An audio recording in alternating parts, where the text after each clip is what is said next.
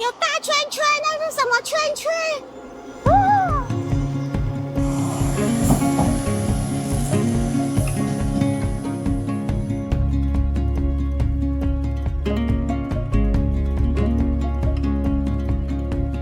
在松山茶就一定要来一杯这边最有名的松柏茶清茶，回甘就像现泡。凤梨耶！我一直以为凤梨是长在地下哎，我才疏学浅，一直以为它是在地下，像萝卜要在连根拔起，没想到它是从上面哎。我也是第一次看到，好可爱哦！おはようございます，大家早安，我是一楼。看到这一片绿油油的茶园，大家就知道啦。我们今天来到了台湾的中心地带，南投县民间乡。这里不仅是重要的茶产区，据说也是手摇饮的故乡哦。那身为手摇魔人的我，是不是要来探访一下这块手摇饮的故乡？像是茶魔啊，或者是 Tita 这些连锁饮料的店，他们有些的茶饮好像就是用民间乡的茶哦。哎呦，今天就带大家看看民间乡除了好喝的茶饮之外，到底还藏了什么？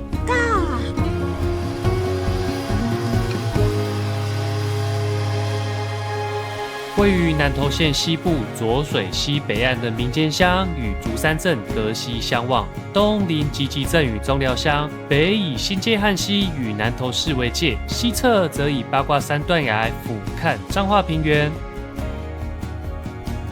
民间乡旧称南仔，是源自现今南雅村、中正村、中山村一带。早期地势低洼，雨水易于汇集，地质泥泞，常年形成沼泽地形。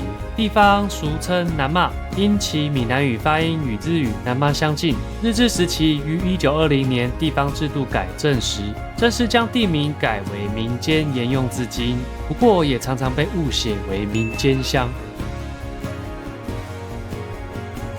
清代1681年前后，福建沿海居民陆续渡海来台，在此开垦定居，逐渐形成聚落。最初隶属彰化县，日治时期历经多次行政区调整，改隶南投厅。战后实施地方行政区重划，民间乡正式划归新成立的南投县。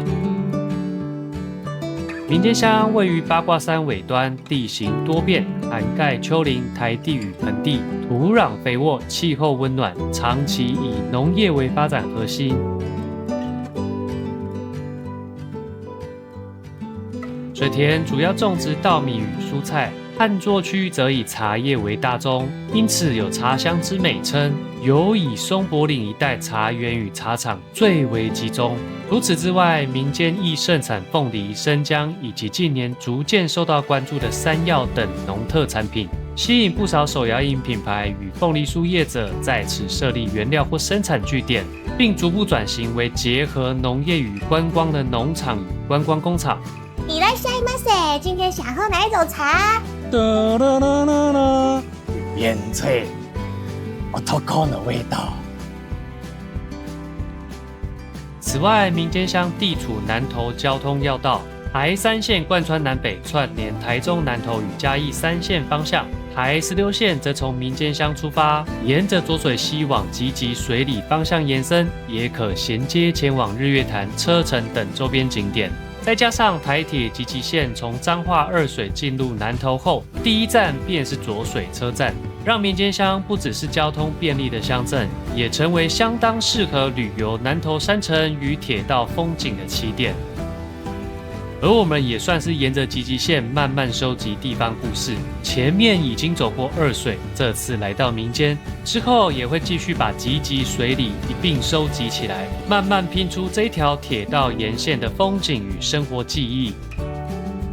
这边有他2根手指头，会不会太还原了？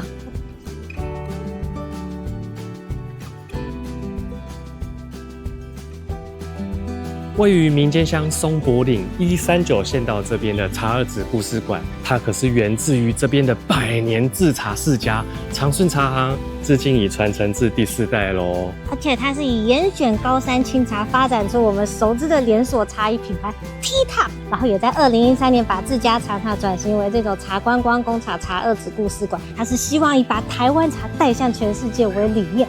作为民间乡代表性的茶主题园区之一。园区占地约3500平，入口处耸立着2根巨大手指装置艺术，是园区最具代表性的地标，也象征着茶二子名称的由来。园内规划有主展馆、茶园、天空步道、饮料部与伴手礼贩售区等空间，也结合了多处艺术造景，相当适合亲子同游。最吸睛的地标还是比人高的巨型珍珠奶茶像，其背景衬着辽阔绿色茶园，是经典必拍画面。喝一口大珍奶，再喝一口小珍奶。给我。延伸至茶园中央的天空步道，也能近距离感受茶香与山峦景色。其他如大相框、彩色雨伞等，也都是热门拍照打卡点。就是像日本的幸福钟吗？那它是吉祥如意钟。馆内同时也介绍了茶叶种类与制茶流程，并提供试吃。他们的茶叶蛋是以红茶卤制入味，是人气小吃。珍珠奶茶当然是必喝品项。打卡换真奶，饮料魔人一定要喝。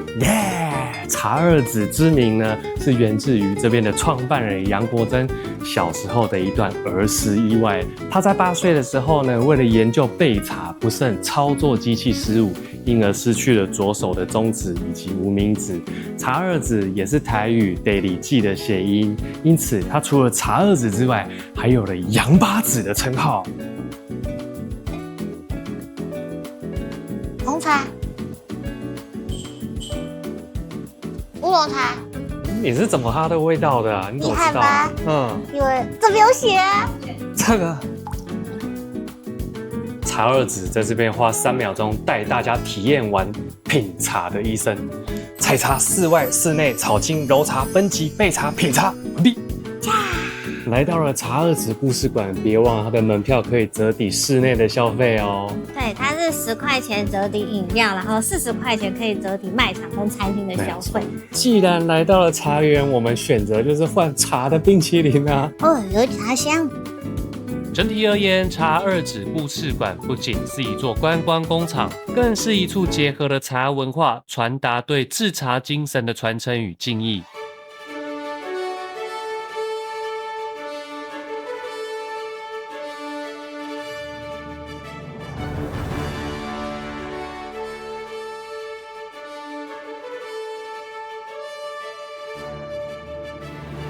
早年因应国防需求，军方在七星阵地公园这边设置了20余处的碉堡以及地下指挥所，形成绵密的防御据点。那近年呢，随着时代变迁以及防御需求不再，这边呢已经逐步退役了。所以报告一楼班长，那地方为了活化空间并且发展观光，就在松柏里寿天宫这一带的碉堡去做整建，变成七星阵地公园。它就保留了碉堡外观部分坑道，然后增设了观景台啊、步道，还展示了厨艺的战车跟火炮，让昔日的军事要塞变成今日的特色景点。七星阵地公园不仅保存战地记忆，也展现地方将军事空间转化为文化观光资源的成果。其七星之名源自寿天宫主祀的玄天上帝，北斗七星为其代表星象。公园内的7座碉堡分布位置也与北斗七星的形状相呼应，因此以天枢、天璇、天机、天权、玉衡、开阳、瑶光为名，并搭配不同色彩彩绘，让原本的军事遗构融入宗教信仰与地方文化意象，成为松柏岭这边最具特色的景观之一。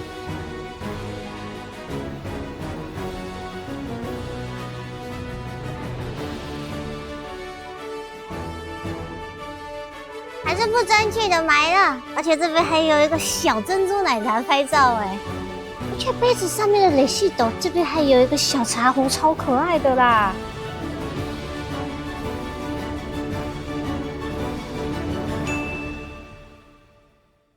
在松山街通往松柏岭这一条600公尺的路段上，除了传统小吃，也聚集了大量的茶行，因而形成了今日这一条松山茶街的聚落哦。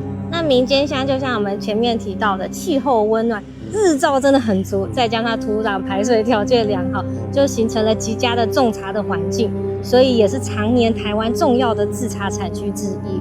那松柏岭这一带更是聚集了大量的茶行跟制茶工厂，非常的密集。对，那也形成了台湾少见的宗教跟产业共生的茶叶聚落哦。此地以松柏长青茶闻名全国，早期民间乡最早种茶的区域为埔中村，因此当时茶叶多被称为埔中茶。1970年代，时任总统蒋经国先生前往松柏岭寿天宫参拜时，品尝在地茶叶，对其甘醇风味印象深刻。翌年再度巡视民间时，认为埔中茶之名略显平实，建议更名为松柏长青茶。自此名声逐渐打开，也带动松柏坑一带制茶产业进入兴盛时期。随着茶叶兴起，加上寿天宫为台湾玄天上帝重要的信仰中心，每年大量进香人潮涌入，香客多会选购茶叶作为伴手礼，不使街区三合院民宅陆续改建为茶厂与商楼，形塑出今日独特的茶街景观，也让民间乡茶乡之名广为流传。在松柏岭，除了进香民众，对茶文化或地方产业有兴趣的旅人，也十分适合在此慢慢走逛，感受宗教产业与生活交织而成的松柏岭风情。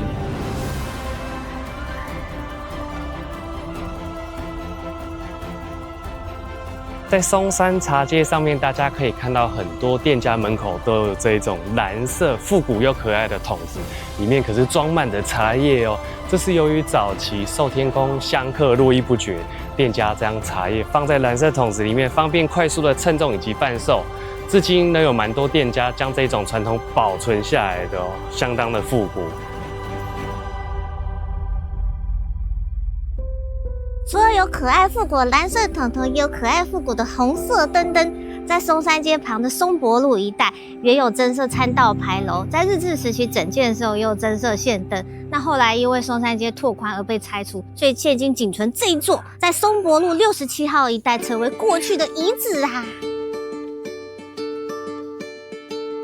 寿天宫位于松柏岭，然后在八卦山脉的南端，海拔大概440公尺之处，是主祀北极玄天上帝，也是全台代表性的北极玄天上帝庙宇哦。全台分香超过1万多座，并且至今有300多年的历史。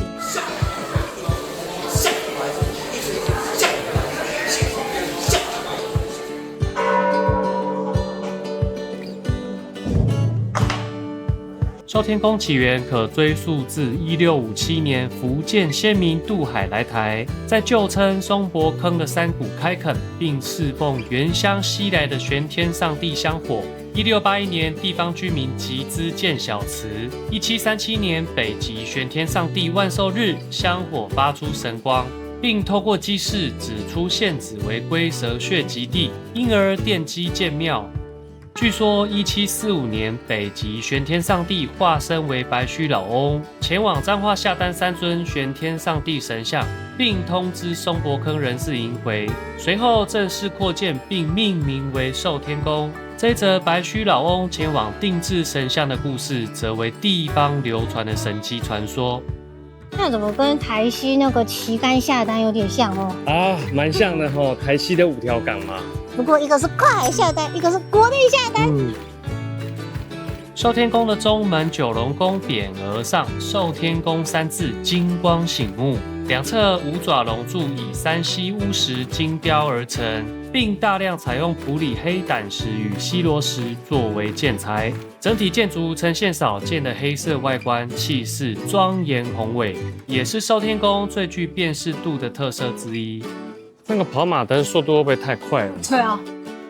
关于寿天宫以黑色为主调，地方流传多种说法。其一为玄天上帝所属的玄武象征北方与星宿，而玄本意即为黑色，因此庙宇色调呼应神格象征。另一说则指出松柏岭地势犹如龙虾穴，虾蟹类生物多呈现深黑灰色，唯有失去生命后才转为红色，因而以黑色象征灵气与生命力，成为庙体主色的民间解读。庙门对联也别具特色，是以现代电脑字体印制呈现。相传当年修整时，地方耆老将多种字体跋杯请示神意后选定，成为少见的庙宇特色。清道光年间开放海禁后，松柏坑庄民前往福建漳浦甘霖社挂香，祭祀体系已逐渐完备。内殿案前的武当英灵石炉即为当时所设立。寿天宫至今仍保留完整的祭坛文化与扶乩传统，庙内不定期会举行扶乩办事仪式，由乩童代替神明传达指示，展现出浓厚的传统信仰文化。庙埕可远眺中彰头平原和山景，这里的松林远眺更被列为南投8景之一。阶梯上可见北斗七星彩绘与龟蛇立体图像，象征玄天上帝踏龟蛇形象。而此处最特殊的景象，正是位于南投民间与彰化二水的县界，可同时跨2县流影，形成有趣的画面。在寿天宫这边相当的特别，有一条县界横跨了二水乡以及民间乡，刚好这2个乡镇我们通通都有收集起来哦。想看的朋友记得点二水，点民间，一次看起来吧。在寿天宫这边呢，可以远远看到一座很像偶像 idol 应援棒的建筑物，它叫松柏之星，是今年4月左右才刚完工的哦。其实这边原本是想要建一座全台最长的天空步道，但后来讨论之后呢，还是改为松柏之星。那目前好像还在招商中，是希望预计今年年底才会正式对外营业。那我们就看看它到底能不能成为民间乡的应援棒，民间乡的新地标。之前我们是在二水乡由下往上看到这只松柏之星，那个时候还不知道它是什么，想不到这次拍民间乡居然来到这个位置，并且由上往下俯瞰二水乡，好特别的感觉，蛮感动的。上下都有了的。对啊，全部都收集完毕啦，各位。会不会哪一天可以登上松柏之星应援棒的顶端呢？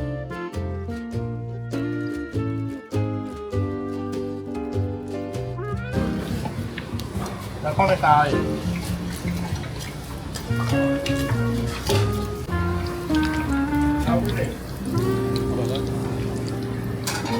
在北天宫附近这间赤水扣仔爹是在地经营超过50年的蚵爹老店。那为什么会叫蚵爹呢？不是鹅爹呢？这边呢，刚才我们有跟老板询问一下他过往的历程，是说早期的先民啊，他们因为物资比较缺乏，所以从山上下来之后，他们会用面粉去裹食材，比如说菜啊或什么，任何食材都可以裹一裹下去炸。然后呢，会用一根勺子去敲锅子的边缘。那如果说扣下去那一声东西有熟了，就会从油锅里面浮起来。这么神奇哦！对对对，所以说蚵爹这个东西是只有这边独有的说法。那比较靠海那边啊，因为他们有海产嘛，像鹅啊那一种，所以都是鹅爹。那这边叫蚵爹。そうですか。我也是。我也是第一次听到这个说法，蛮有趣的。那我们大家点了招牌的蚵爹，还有豆腐包，还有蒜条。没有错，是蚵爹哦。蚵爹不是蚵爹，蚵爹有魄力。好，来试一试蚵爹的味道。拜拜。蚵爹，不会有那种蒜苗的呛辣感。不会不会，整个就是非常的酥脆，然后蒜苗吃起来变得很柔软。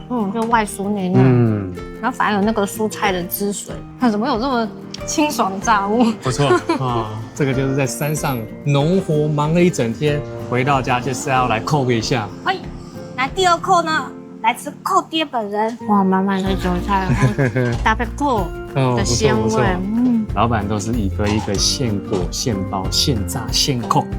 没错，真的是现扣。对，豆腐包，有点像阿给啊。真的长得有点像阿给啊！你看里面呐，原来是蚵在里面呢。你看里面有鹅啊啦！哇，惊喜包哎，不错哎，大颗的鹅啊，肚子圆润饱满，咬爆它。哇，咬到鹅啊的那一刹那，太罪恶了，那个鹅啊肚子爆炸开来。对啊，好吃。我发觉这3样吃下来，这个豆腐我最惊艳。我也是。里面居然包了好几只鹅啊，原来豆腐里面还可以夹鹅啊下去炸，今天学到了。就一咬下会有那个鹅啊肚子爆掉的水跟鲜味，跟豆腐里面那个软嫩混在一起。这就是所谓的高手在民间啊！啊，なるほど。可以。哎，是哎。If you can find it now, you're gonna see. 大家如果有过来投36线旁边这边的冠远加油站加油啊，刚好又适逢2、3月黄花风铃木花季时，别忘了到后面这一片花田来赏个花哦。这片花田是由加油站的人用心栽培，并且地主非常佛心的免费开放民众参观跟拍摄，所以算是民间像一个春季限定非常隐藏版的赏花景点哦。你的脚怎么在这边呢？南投株式文化园区，它是全台湾第一个将公办屠宰场转型为以猪为主题的文化园区哦。那屠宰场部分其实还是正常维持运作，据说每天真有1000多头的猪在这边进行拍卖啊、屠宰等等。但当然这边是为了维持拍卖秩序，我们一般游客是没办法进去参观的。那剩余的部分就规划成这种开放的观光园区，有分户外跟室内，那都有设置可爱的猪只装置艺术让大家拍照。那户外就是一大片的草原，那室内呢就是介绍了一些猪的拍卖文化，还有少不了以猪为主题的伴手礼，就成为一个小型的观光购物空间。室内展馆1楼以吉祥物 Go Go Pig 为主题，让游客能更了解台湾养猪产业的故事。2楼则设有源自意把布乐园，结合原住民文化与职人手作商品展售，提供游客自由参观与选购，是结合产业文化与观光的特色园区。位于彰南路占地2.6公顷的民间亲子生态园区，它可是近几年相当热门的亲子公园啊！因为它设置了大片的草皮，还有许多的植栽，当然还有小朋友最喜欢的游具，还有少不了我们身后这个高达5公尺它的招牌彩虹溜滑梯。但我觉得对我们大人来说最贴心的还是你看它上方很像洗车场的遮阳设施，可以避免紫外线的涂涂啊。没错。园内步道平坦好走，两侧更种植落羽松与多样绿植造景，营造出异国感的景观氛围。花季期间搭配草地与花卉配置，画面更加缤纷。园区也结合了园艺景观与生态元素，设有儿童游戏场、沙坑、观景水池、天空步道等设施。最吸睛的彩虹溜滑梯，其中央的彩色草皮主要为造景拍照区，美到让人都忍不住想要上去滑滑看。整体来说，民间亲子生态园区是一座大人小孩都能尽情玩乐、拍照留念的亲子天堂，相当适合全家出游。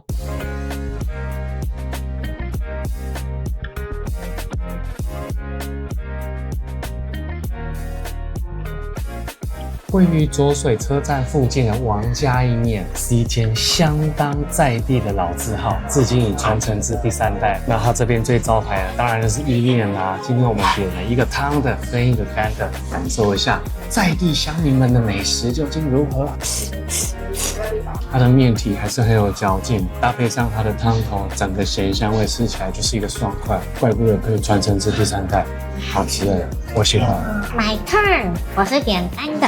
我虽然是点小碗，但我觉得它在夹起来一球的分量也是不少。再来干面最重要的就是要拌一拌，然后看每一条面要吸附酱汁，哇，好吃哎！就是古早味小吃那种朴实无华但又好吃的味道，就是它的咸香味，我觉得刚刚好。然后这个意面它本身面就有点滑滑的，又吸附酱汁，然后很好入口，很喜欢的，好吃啊，真的好吃啊！再来小菜是点煎格肉跟卤豆腐。豆腐我也喜欢耶，哎呦，就是嫩，然后酱油加一点点咸，就是刚刚好的味道。真的就是整间店啊，就是朴实无华的美味，然后并且都是算铜板价，吃一餐没有负担但又美味。老婆，你刚刚去哪？奇怪，我怎么找不到你呀？我去隔壁老王买茶。什么隔壁老王？隔壁老王。哪里？隔壁老王买茶。隔壁老王菊花茶啊，清爽。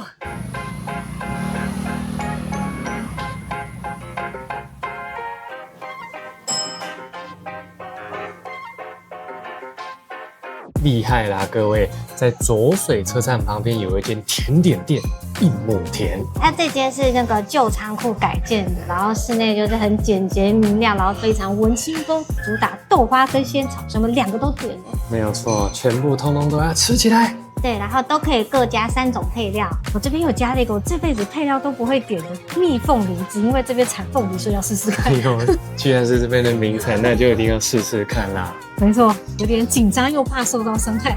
蜜凤梨本人听起来不错，啊，真的、酸酸甜甜的吗？酸酸甜甜的，哎呦，蛮好吃的。没想到仙草会有这种搭配。因为这个仙草啊，它是有淋那种奶油球，所以就是奶味中，然后蜜凤梨在其中就是有点解腻，然后不时迸发酸酸甜甜的滋味，蛮不错的。感觉是一个蛮适合夏天品尝的甜点啊。汤圆也很 Q 哎，是我们在中南部那种常见的这种，不是传对对对小汤圆，不是我们熟知那种黑白汤圆，是糯米 QQ 小汤圆。对啊，那不就跟老州豆花那一种的汤圆很像？好吃，不错不错不错，很 Q。我这边有加，它这边也是必吃的，就是松柏岭红茶冻。既然这边产茶，那一定要吃吃看啦。它的那个冻吃起来嫩 Q 嫩 Q 的，微微的茶香，很舒服。哦，待会我也要试试看。哇，豆花很绵密，而且那个豆香我是觉得蛮浓郁的。可能豆花配上豆浆，都是双重豆味的享受，还不错。哇，不错，而且我觉得这间的配料感觉吃起来蛮天然的，就不会有那种太多调味或是太甜。对啊，没什么负担的感觉，很舒服。没错，夏天吃刚刚好。然后这个碎冰呢是可以免费加的，不过要赶快吃，因为天气实在太热了，融化的速度非常快。对啊，而且不觉得现在天气越来越热吗？不是以前都说过完端午节才会天气变热，现在还没过就好热哦。好险有一亩田，你看吃着豆花，然后看着窗外的浊水车站风景，其实蛮惬意的。幸せ，然后再吹着冷气。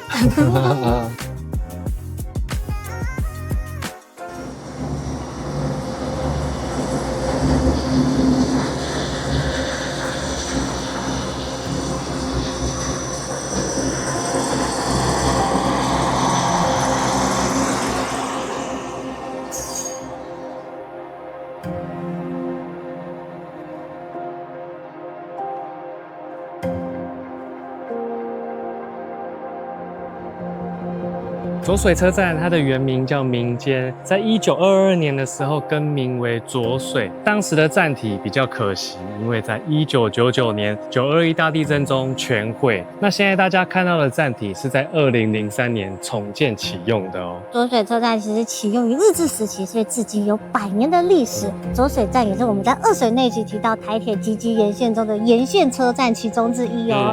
它是集集线的第3站，也是彰化进入南投的 No.1第1站哦。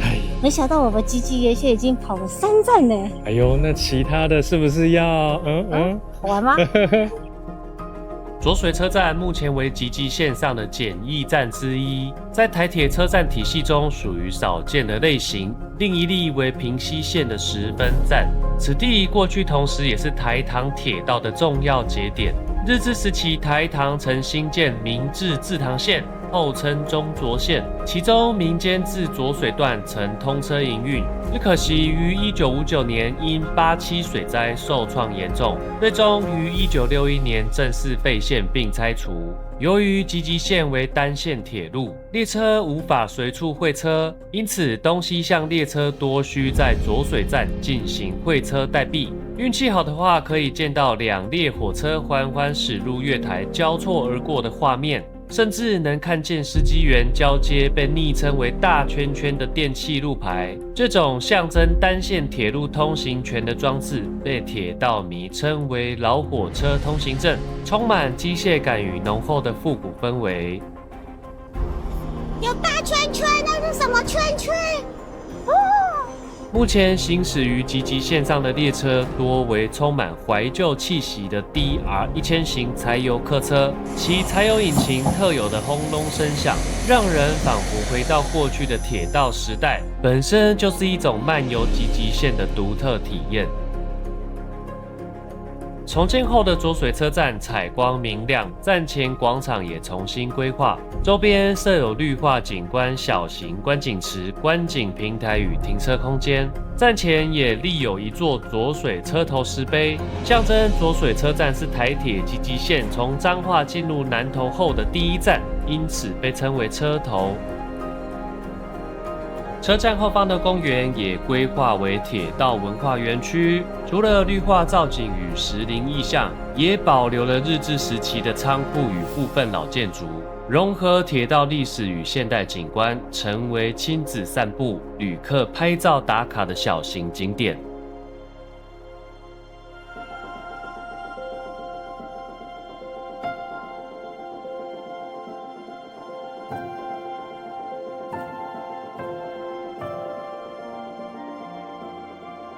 这一座倾斜的高压电塔，它是位于民间乡的浊水村，也就是台3线跟台16线交界处附近。由于民间乡是车龙埔断层经过的地方，这座高压电塔就是经过921大地震的摧残，至今保存成了特殊的地标。那它特殊的外观也被网友说很像意大利的比萨斜塔。那它倾斜角度是大概16.5度。那经过判断，因为没有立即倒塌的风险，就被保存下来。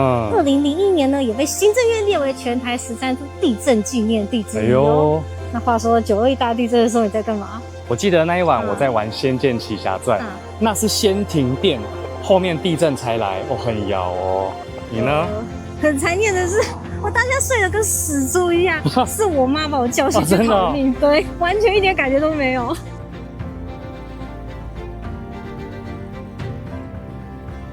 在民间比萨斜塔旁边呢，有一个扭曲变形的铁道，这个也是由于921大地震的影响。原本笔直的铁道，现在就变得弯弯曲曲的。这边还可以看到当时遗留下来的铁轨，相当的震撼。这个斑马线也是当时地震隆起的吗？在元吉路上面有2棵佳冬巨树，它们彼此之间相距差不多100公尺。我们现在先来到的这一棵是佳冬宫。它的树龄已高达500年喽，树高26公尺，树冠幅更高达250平方公尺哦。待会我们接着去看佳冬母。那我们来到佳冬母，树龄也是高达500年哦，但不过高了一点点，树高27公尺。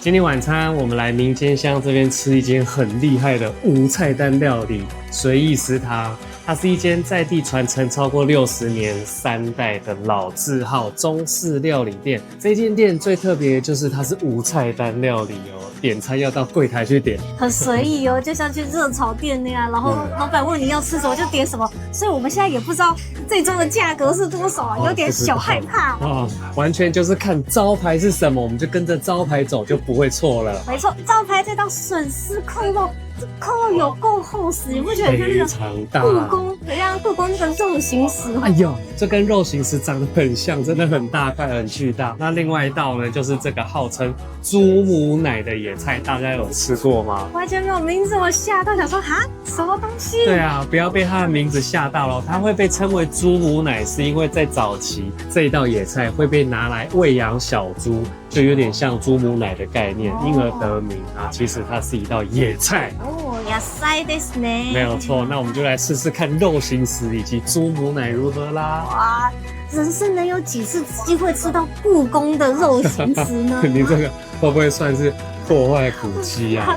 哇，但是不觉得敲它这个皮蛮有趣的？这个皮会不会太罪恶了一点？这个肥肉好嫩哦，而且味道我觉得刚刚好。不要看它的颜色好像卤得多严重一样，实际上尝起来我觉得还蛮爽口的，不会很死咸的。对，而且没有那种肥肉怕怕的味道。对，这道肉形石最爽的就是它的皮。对，它的皮比它的肉还厉害。对，它的皮真的很好吃哎。原来这就是故宫国宝的味道啊！来试试看何谓猪母奶，到底是什么东西？挺好奇的。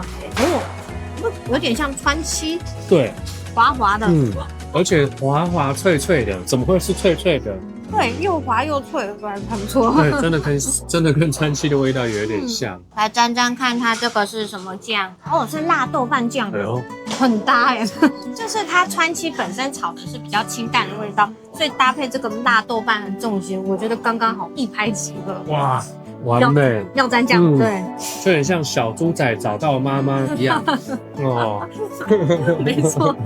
我觉得这道多姆奶一定要尝尝看，跟着招牌走准没错。嗨，那我们今天民间的影片到这边也差不多啦。不晓得老婆你对于民间香哪里的印象最深刻呢？我觉得是民间的比萨斜塔，哎，怎么说？因为它让我想到我们去鹿儿岛鹰岛上的黑神埋没鸟居，就是他们都是受到天灾然后受损的建筑，但却被保留下来。然后我觉得就是很有历史意义，它同时可以记录过去，但又变成未来的崭新地标。你呢？